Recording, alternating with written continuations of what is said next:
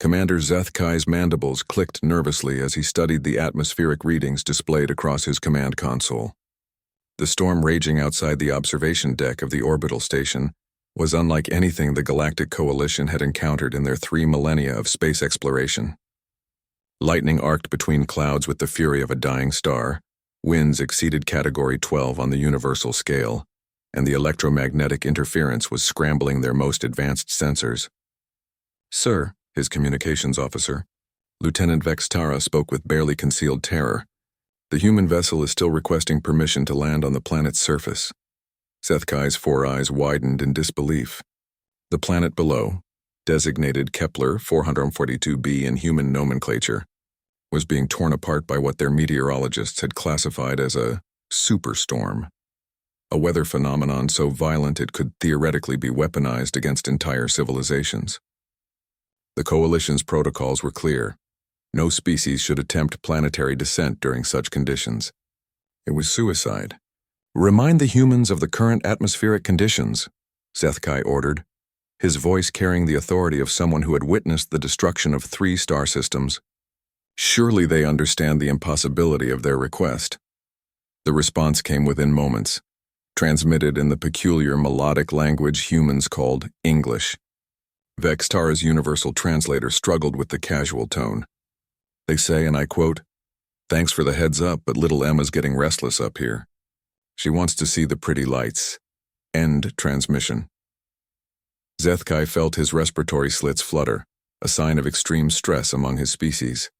In the months since humanity had joined the Galactic Coalition, they had consistently baffled every alien representative with their incomprehensible behavior. They treated radiation like a minor inconvenience, considered toxic environments challenging, and now they wanted to take their offspring into what amounted to a planetary-scale weapon of mass destruction. The human ship, a modest transport vessel called the Family Adventure, descended through the storm without hesitation. Coalition sensors tracked its progress as it punched through layers of atmospheric chaos that should have torn it apart. Lightning strikes that would have disabled a Coalition battlecruiser seemed to slide harmlessly off its hull. "How are they surviving?" whispered Dr. Klontar, the station's chief xenobiologist. His tentacles writhed in scientific fascination mixed with primal fear. The answer came as the human vessel touched down on the planet's surface, directly in the storm's eye. Within minutes, Coalition long-range scanners detected movement outside the ship. Zethkai's mandibles nearly fell off his face as the readings clarified.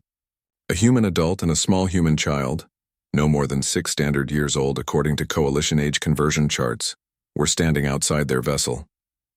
In the middle of the storm, without protective gear. "Magnify visual sensors," Zethkai commanded, his voice barely a whisper. The image that appeared on the main screen would haunt Coalition military leaders for generations. The adult human, apparently the child's father, stood calmly in winds that could level cities, his primitive clothing whipping around him but otherwise unaffected. But it was the child that truly defied comprehension. She was laughing. The human offspring was pointing at the storm, clapping her small hands with pure delight as lightning illuminated the chaos around them.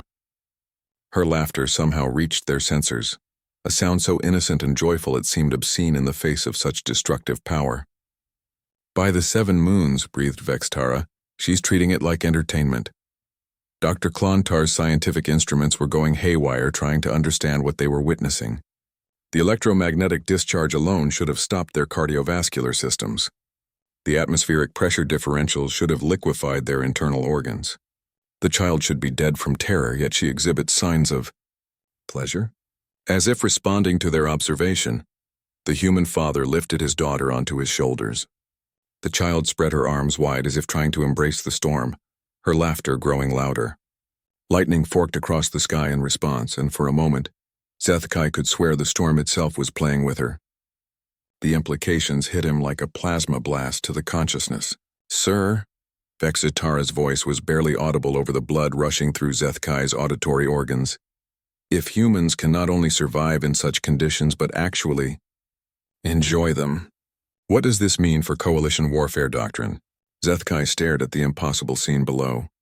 Every species in the coalition had evolved in relatively stable environments. They built shelters from storms, fled from natural disasters, treated the universe's raw power with the respect and fear it deserved. But humans danced with cosmic forces that could destroy civilizations. The child's laughter echoed through their communication systems again, and HFY realized with crystalline clarity that they had fundamentally misunderstood humanity's place in the galaxy. They weren't just another species seeking peaceful cooperation.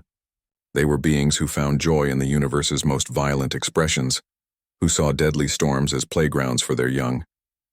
"Contact Coalition Command," HFY ordered, his voice heavy with the weight of revelation. "Tell them we need to revise our threat assessment protocols." "Sir?"